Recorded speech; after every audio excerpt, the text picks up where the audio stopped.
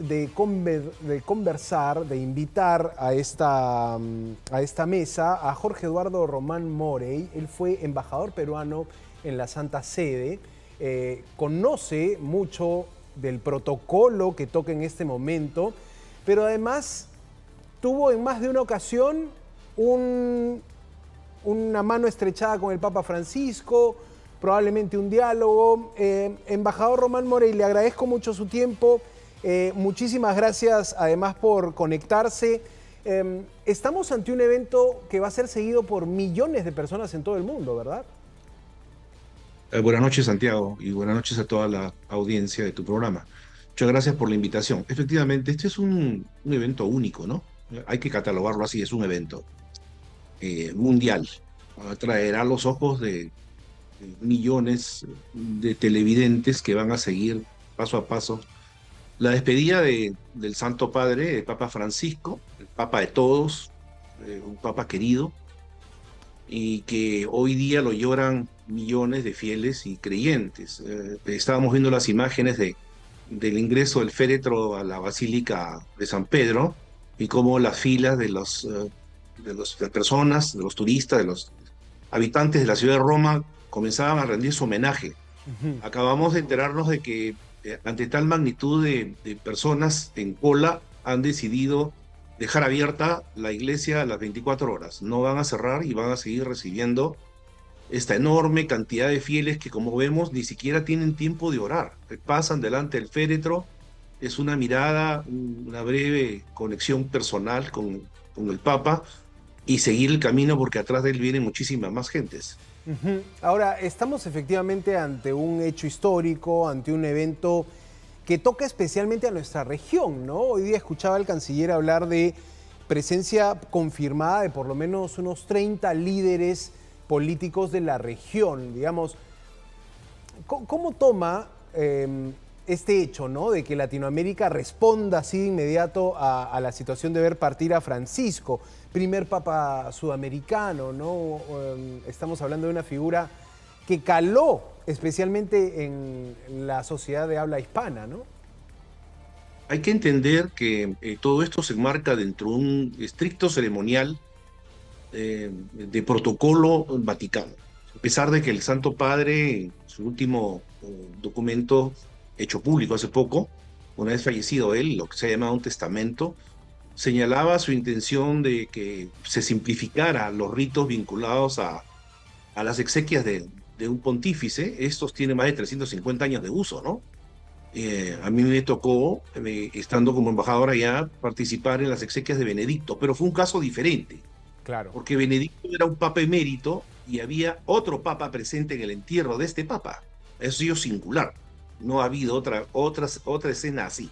Ujú. Y, por ejemplo, con relación a lo que usted me preguntaba de las delegaciones, en el entierro de Benedicto, a pedido expreso del Vaticano, solo se invitaron a dos delegaciones: Alemania, que era el país originario del papa muerto, e Italia, que es el país donde se encuentra, si se quiere llamar así, el Vaticano. Las autoridades italianas tenían que estar presentes de todas maneras. Si tenemos otro punto de comparación, el entierro de Juan Pablo II sí fue algo que marcó la diferencia, inclusive a nivel de transmisiones de comunicaciones, por la cantidad, primera vez que se tenía presente este volumen de videntes, de Ujú. televidentes alrededor del mundo, y para esa especial ceremonia se acreditaron más de 200 delegaciones. Hay que entender que el sistema es el siguiente: cuando ocurre uno de estos eventos, el Estado, en este caso el Vaticano, invita, Claro. transmite el hecho, comunica el hecho y dice: el Estado Vaticano recibirá las delegaciones, sin decirles queremos que venga tu presidente, tu rey, tu primer ministro. No, deja abierto la posibilidad de que uno acredite a quien sea. Ujú. Cuando ocurrió la muerte de Juan Pablo II, 200 delegaciones entre jefe de Estado, 70 jefes de Estado fueron, Ujú. alguna veintena de jefes de gobierno, 6 casas reinantes para el sistema protocolo. La casa reinante, los reyes europeos eh, y de otras regiones son muy importantes para la precedencia, y lo vamos a ver después cuando se realicen estas ceremonias. Ujú. hay que pensar también de que el resto de las iglesias van a tener representaciones. Es decir, Correcto. el mundo oficial principal que va a estar ahí va a ser muy grande, muy grande. Todos tienen un sitio y eso lo maneja el protocolo de la Secretaría de Estado del Vaticano Ujú. y es un ejercicio, lo digo por propia experiencia, enorme. Ujú. Y efectivamente recordábamos los funerales de Juan Pablo II, año 2005, terminaba creo la gestión del presidente Toledo, y en su momento creo que asistía el canciller, no sé si era Rodríguez Cuadros, ¿lo recuerda usted? No estoy seguro, no Ujú, conozco del hecho, no recuerdo, no lo tengo en mente, ujú, pero sí claramente para el anterior, ¿no? Eh, no necesariamente tienen que ir jefe de Estado, como lo señalaba. Hoy he entendido que Chile, por ejemplo, está mandando a su ministro de Relaciones Exteriores y algún otro ministro más. ujú. Eso ya depende de cada gobierno, a quién envía en Claro. representación. Bueno, a veces la política interna de los países tiene esto, ¿no? Que hoy significó, por ejemplo, que a la presidenta no la autorice el Congreso. Pero de ninguna manera, dice usted, esto desluce la representación peruana, que en este caso estará a cargo del canciller, o sí puede generar algún resquemor, alguna... estamos ya en otro nivel No, no, diplomático, ¿no? Con la, digamos, si va el canciller, todo ninguna, bien. no. A mi entender, ninguno, porque esto, como lo repito, está claramente establecido y entendible de que no todos pueden hacer estos viajes, porque tengamos en claro, la presencia de los jefes de Estado, si llegan antes del sábado, que es el día del velatorio final, la misa de cuerpo presente en el atrio de la basílica, solamente van a ir, estamos viendo imágenes también de la gente pasando, pero a los costados, derecho e izquierdo, hay dos bancas, dos áreas de bancas, donde las autoridades que llegan sin ningún protocolo pueden llegar a ver, hacerle un responso ante el féretro, algo más íntimo que lo que está haciendo la gente que pasa simplemente muy rápidamente. Pero ese día, el día principal, El día todos estarán sábado. en una ubicación, el sábado, todos estarán en una ubicación central, generalmente mirando hacia la plaza, en el medio hay un palio donde se colocaba el Papa, o en este caso el Camarlengo, quien es el que a partir de la muerte del pontífice asume la administración del Estado Vaticano. A su derecha estará el Colegio Cardenalicio, todos los que hayan ido, no solamente los votantes, porque ese es otro tema, todos los cardenales que hayan asistido y que estén en Roma. Nuestros tres cardenales entiendo que ya están allá, Ujú. eh, viendo al cardenal Cipriani, el cardenal Barreto y el cardenal Castillo. El único Correcto. que va a votar, sabemos todos, es el cardenal Castillo, porque el cardenal Barreto y el cardenal Cipriani ya pasaron la edad que les permitía ser electores. Ujú. Qué interesante esta información que nos comparte el embajador Jorge Román, que estuvo en la Santa Sede. Creo que esta fue una de sus últimas misiones, embajador, antes de pasar al retiro en Cancillería, ¿verdad? Es correcto, sí, sí, Sí. fue mi última embajada. Yo pasé al retiro. Ujú. Nuestra ley señala que a los 70 años pasamos al retiro. Ahora, ¿y tuvo oportunidad de estar con el Papa Francisco, de obviamente presentarle sus credenciales, me imagino, pero en Sí. algún momento cruzar una palabra? ¿Cómo lo vio? ¿Cómo lo sintió? Estoy escuchando relatos de personas que dicen que tenía una importante capacidad para conectar con su interlocutor y hacerlo sentir especial. Algo que muchos decían, oye, es difícil, por ejemplo, que un mandatario, que un jefe de Estado te preste tanta atención. Siendo el Papa un pastor, igual sorprendía eso, ¿no? Que decían, tenía un gesto, un carisma que te sentías especial al frente de él. ¿Qué me puede contar usted de su experiencia, embajador? Es correcto, era su personalidad, ¿no? Hemos visto, su último acto fue subirse a un pequeño papamóvil para dar una vuelta a la plaza, a la basílica y ver a su gente, escuchar el clamor de esa gente que lo amaba, es así. Es un personaje amadísimo, ¿no? Y uno como embajador acreditado ya, efectivamente, el día que presenta credenciales, tiene una audiencia especial. Es una audiencia privada con el Santo Padre, solamente entra el embajador y el Papa, nadie más. Y se tratan temas bilaterales, pero también otro tipo de temas que son confidenciales, son personales. Ujú. Y a lo largo de la estancia de un embajador allá hay múltiples ocasiones, hay dos oportunidades en que el Papa recibe al cuerpo diplomático y tiene un momento con cada uno. Y el Papa es muy, lo que ustedes señalaban, había una enorme capacidad en él de recordar, con solo saber qué embajador era, de qué país, hechos puntuales. que lo sorprendían a uno, cálidos. Igualmente cuando hemos estado en actividades con mi esposa, la calidez transmitida por el Papa al cuerpo diplomático y a la gente cercana a él, ¿no? Hoy día veíamos las imágenes y esa gente que estaba con un dolor enorme, era el hombre que empujaba a su silla de ruedas, que era su seguridad, pero es el hombre que durante todos estos años ha estado atrás de él empujando su silla de ruedas y que hoy es un familiar más que ha perdido, ¿no? Las escenas Imagínate esa son tarea. realmente potentes. Qué interesante y qué buen recuerdo tendrá usted de esos momentos. Y efectivamente, es quizá el ser latinoamericano, ¿no? Quizá encarnó perfectamente esa forma que tenemos de socializar, quizá más suelta, quizá más fácil que podría ser un europeo, digamos, ¿no? Ya comparaban, y las comparaciones son odiosas, pero decían lo difícil que era hablar con el Papa Benedicto XVI, el último teólogo vivo de lo que fue el Concilio Vaticano II. O sea, hablaban de como una solemnidad importante que con Francisco más bien parecía una cercanía, ¿no? Casualmente eso se transmite quizás en su último deseo, ¿no? Que él le dijo expresamente, quiero que a mí me entierren como un pastor y no como un hombre poderoso. Por eso ha pedido estas diferencias que hay con los entierros anteriores, que son simbólicos. Si uno ve las fotografías del entierro del Papa Benedicto o ve el Papa Juan Pablo II, hay una serie de símbolos en la presentación misma del cuerpo del Papa para ser velado que Francisco pide que se quiten. Por ejemplo, el cuerpo reposaba sobre 3 almohadones de terciopelo rojos, pero el número 3 era la trilogía del Padre, Hijo y el Espíritu Santo. Esto viene de siglos. Él ha pedido que no se le entierre con el palio, que no lleve más allá que su rosario en sus manos.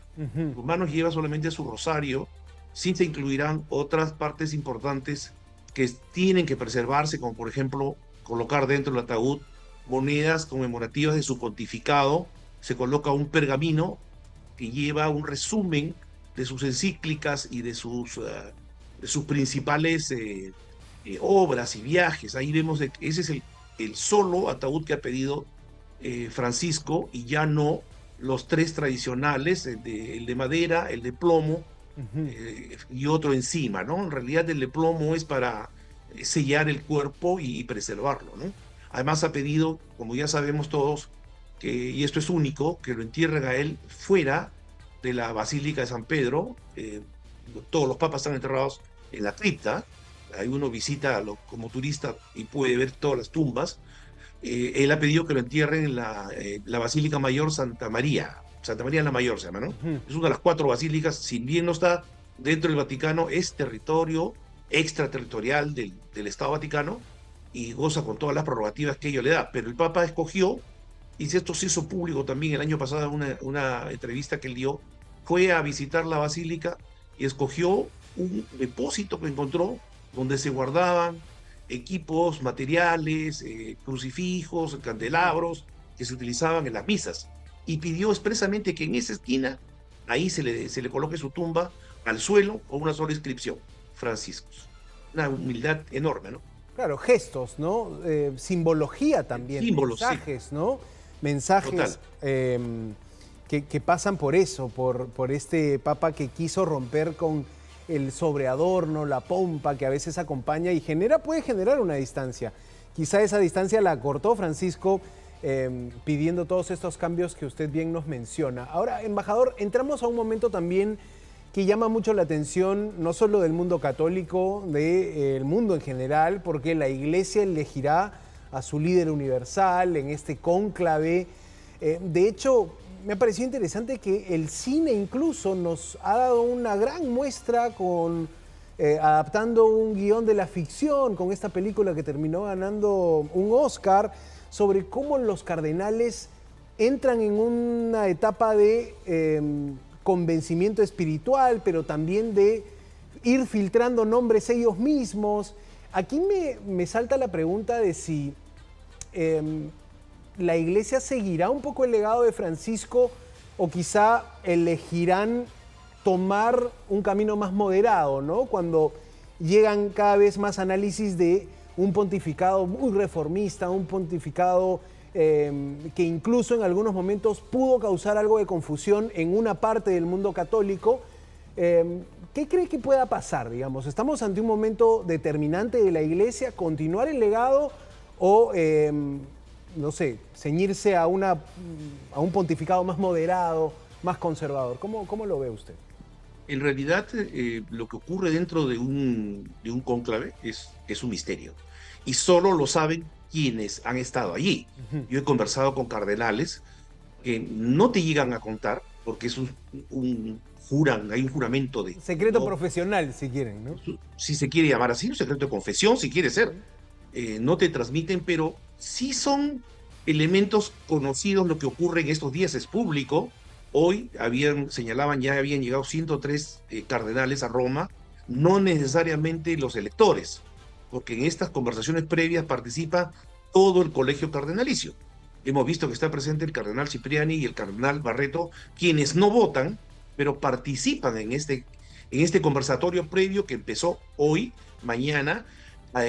Todo esto es antes del cónclave. El cónclave es una situación muy puntual donde solo los electores ingresarán a la Capilla Sixtina y, como señala su nombre, son encerrados, se le echa llave, con clave se llamaba, ¿no? Se les cierra y se lacra mientras ellos estén adentro y se produzca estas votaciones. Cualquier información que uno lee, y los que hemos estado allá hemos tenido la suerte de ver a estos personajes que están citando, y quizás yo he conversado con más de uno de los que mañana podrían ser papas, ¿no? El nuevo papa.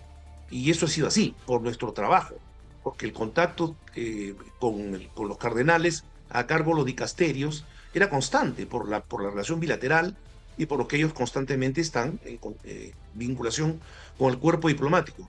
Pero lo que ocurre ahí, o quien sea el candidato hoy día, eso no lo sabe nadie. Y es verdad que son 135 electores, son los únicos que podrán votar, a pesar de que las normas decían que no podían pasar más de 120. La realidad hizo que la creación de nuevos cardenales por el Papa, y solamente por él, una vez al año, hizo que estos números se vayan a ir mucho más arriba. Sin embargo, hoy día tienen, por ejemplo, problemas logísticos, porque los cardenales se alojan todos en Santa Marta, donde vivía el Papa, y solamente hay 126 cuartos, por decirle. El resto de cardenales tendrán que estar alojados en otro sitio, pero están dentro de este cónclave, ¿eh? A pesar de que no están bajo llave, porque ahí comerán todos, rezarán todos y seguirán conversando como quizás se ve en la película, ¿no? Con ese espíritu, a pesar de que la película se toma ciertas libertades que yo no estoy de acuerdo, y muchas personas que conocen un poco lo que sucede ahí, creo que tampoco comparten esa visión de film, ¿no? De película. La ficción, ¿no? La ficción a veces se permite esas licencias, pero vea usted que para muchos que no saben tanto del tema, que probablemente no conocen, a veces la ficción te da esa pequeña rendija por la cual mirar. Creo, y por lo que usted me dice, que la realidad puede superar largamente a la ficción, ¿eh? Que puede haber una sorpresa, que puede haber un momento de votaciones constantes. El propio Monseñor Castillo decía, no nos conocemos.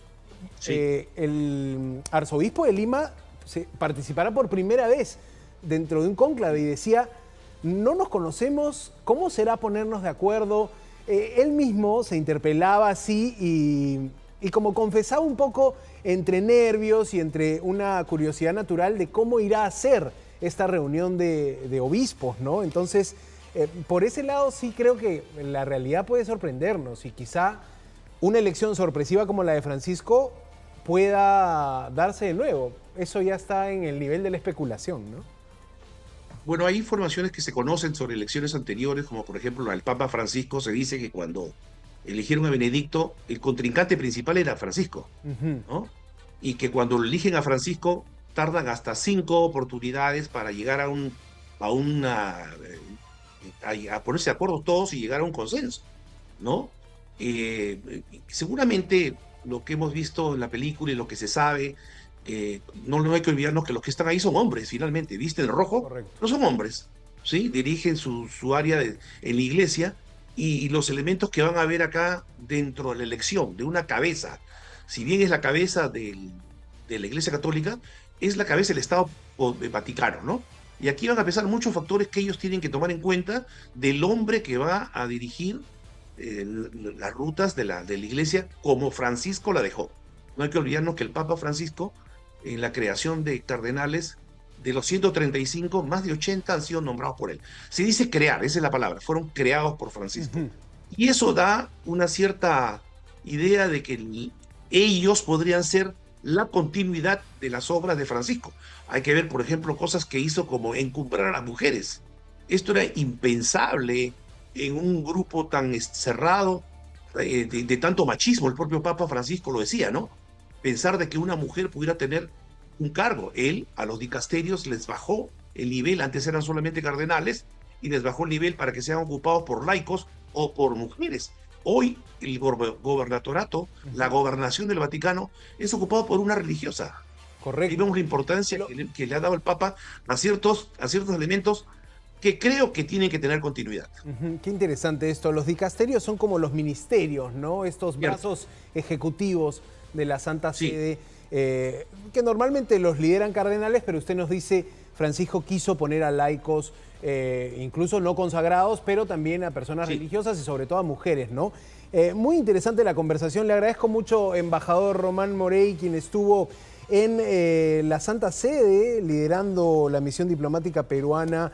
Y efectivamente ya está fuera del servicio diplomático, es importante mencionarlo, pero toda su experiencia nos ayuda mucho y nos sirve también para entender el momento que vamos a vivir en los días siguientes. Muchas gracias, embajador. Con mucho gusto. Gracias, Santiago, por la invitación. Buenas noches.